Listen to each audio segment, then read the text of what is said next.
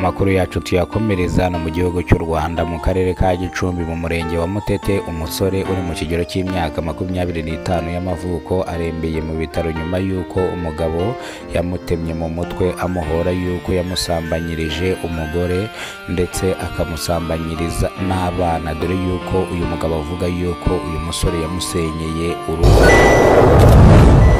Karere ka Nyamagabe mu murenge wa Tare mu kagari ka Gasarenda habereye ibiteye ubwoba byarijije abanyarwanda benshi cyane.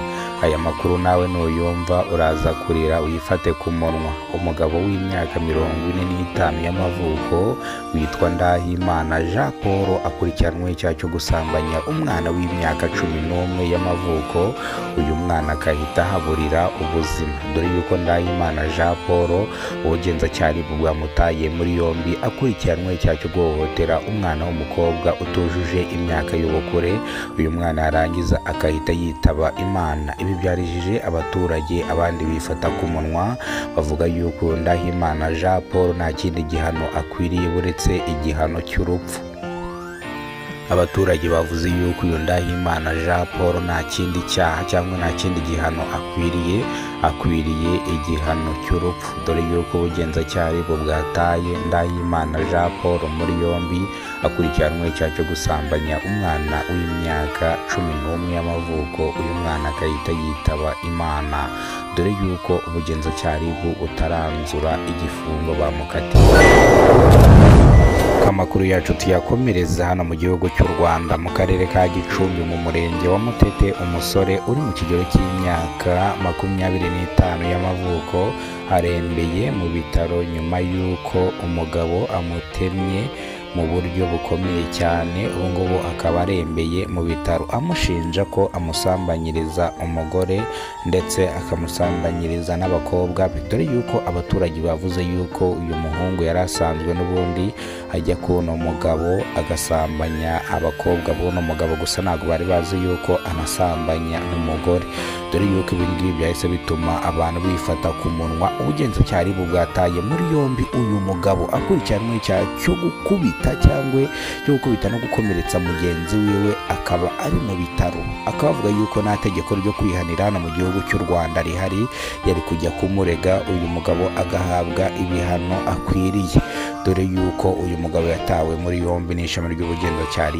akurikiranwe icyaha cyo gutema umugabo amushinja ko yamusambanyirizaga umugore ndetse akamusambanyiriza n'abana. Iyi ni incamake y'amakuru. N'imbere bwo bwa mbere ugeze kubona umuyoboro wa Kidasamura TV Rwanda, kora subscribe ufungure inzogera kugira ngo uzajye ubana natwe mu makuru ya buri munsi. Ngiye kubagezaho amakuru nitwa Kidasamura, urwimo rugotabakora rugakonkoma. Reka amakuru yacu tuyatangirire mu karere ka Nyamagabe mu murenge wa Tare mu kagari ka Gasarenda mu mudugudu wa Murangara ahabereye ibiteye ubwoba byarijije abanyarwanda benshi, abandi bifata ku munwa. Ndahimana Jean Paul uri mu kigero cy'imyaka 40 yafashe umwana ku ngufu, umwana uri mu kigero cy'imyaka 11 y'amavuko, dore yuko uyu mwana yahise anabura ubuzima, dore yuko uyu mwana yabaga kwa Ndahimana Jean Paul. Uyu mwana akaba ari uwa nyina, bivuze yuko nyina yashatse uyu Jean Paul amufite. Bivuga yuko rero aka kana mu masaha ya mu gitondo kagiye mu cyumba kureba nyina, agasanga nyina yabyutse. Ndahimana nibwo yakazanaga ati buryamye hano mama wawe araje.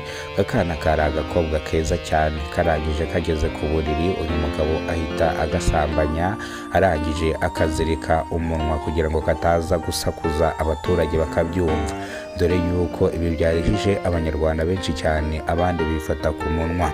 Ndahimana Jean Paul akaba yatawe muri yombi n'ubugenzacyaha akurikiranwe icyaha cyo gusambanya umwana utujuje imyaka y'ubukure, dore yuko uyu mwana yahise anahaburira ubuzima. Umuryango wa nyakwigendera bavuze yuko uyu mugabo Ndahimana bamukatire igifungo cya burundu cyangwa bamwice nk'uko yishe umwana w'imyaka 11 y'amavuko, dore yuko umuryango wa nyakwigendera uri mu gahinda n'amarira. Ntabwo ari we gusa ndetse n'abaturage baturanye cyangwa n'abaturanyi be bari mu gahinda, dore yuko uyu Ndahimana nawe yari agiye kwicwa bakahita bamujyana kuri polisi byihuse.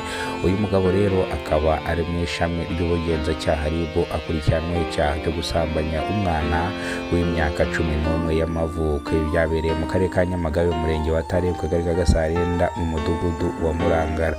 Umuvugizi wa RIB mu gihugu cy'u Rwanda, Murangira Etseri, yavuze ko uzakurikirana igisa nacyo, ariyo mpamvu ishami ry'ubugenzacyaha RIB ryashyizweho kugira ngo rijye rihana abanyabyaha nk'aba ngaba rinakumire ibyaha bitaraba.